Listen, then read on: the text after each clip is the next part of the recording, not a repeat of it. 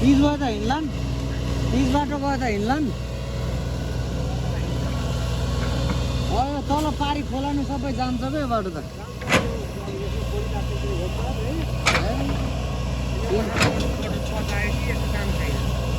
तिमी उता पारी खोला सबै पुरेर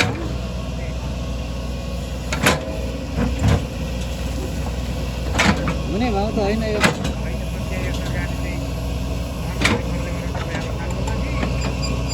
खर्च पनि खर्च नोक्सान नोक्सान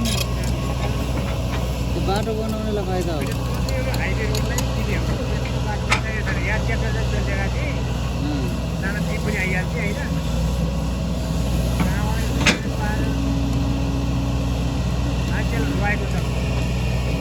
पारी वहाँ जहिले लफडा लफडा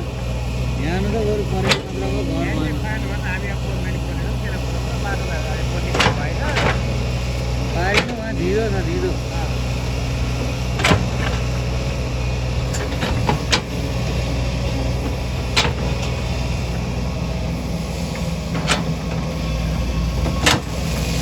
धेरै काटेको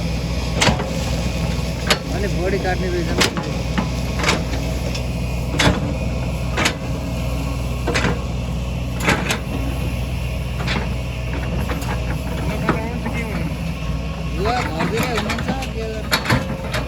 जोत्न लाहन पाटा ट्रेक्टरले खोइ फापर हो कि के छोड्ने होला गर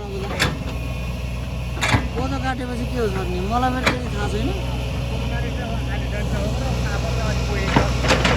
हात्तीले हाम्रोतिर त हात्तिन्छ ननि देवर डढ्छ अब कोदो पनि हातेर छिटो छरेर भएन यता त कोदो राम्रो भयो रहेछ होइन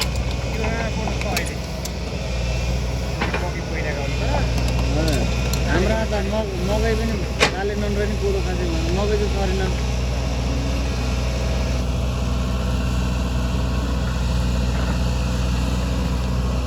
त्यो फेरि उता पारी झाद्रै बाटो समय लाग्यो लामो छ क्या त्यो पर्खाल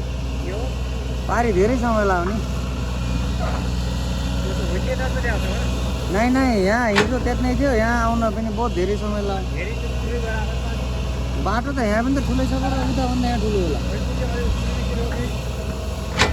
ठुलो मेसिन हो त्यहाँ अग्ला काल्ना छन् रे त्यहाँ होइन काल्ना हल्का अनि त्यसपछि रुखै रुख रुखमा त समय लाग्छ फेरि धेरै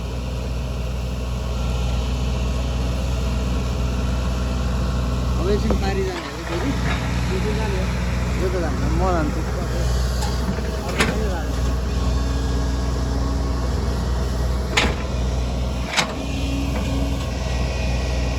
यो हजुरको पर्यो हिजो त काट्न गएको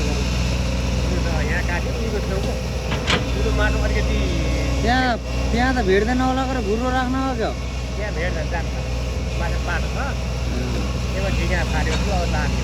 यहाँ अहिले पुरै पाटा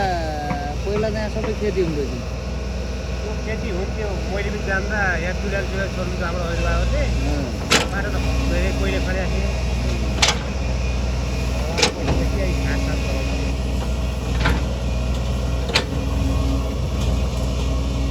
पहिला हजुरबाको पारामा यहाँ त गाई हाल्थ्यो क्या चिया तपाईँ खत्री उठ्ने चिया हाल्ने पछि माओवादी समस्यामा त्यो चाहिँ यहाँ सुकुम्बासी ल्याएर राखेर बरु पनि हो भन्ने गराए हो र हामी चुप्राएर बसेका थियौँ होइन चिया चलाएर त यहाँ कसैलाई खेती गरेर ठाउँ छैन भन्ने पर्नु लाग्यो पछि अब त्यो जान्छ हो अनि यहाँ कसैलाई काटिएन त्यस्तो तपाईँ आँटा यो तिमीहरूको यो नजिक रहेछ ठाउँ नत्र त तपाईँको त सिधै उहाँ हाडा रहेको खोला पनि सुकेन खोला उहाँ पनि उता बरु बाटो चाहिने हो सानो सानो बाटो उता चाहिने हो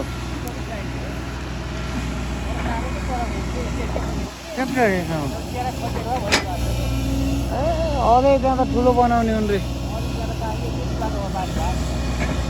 धेरै ठाउँमा त छ ढुङ्गा आएको धेरै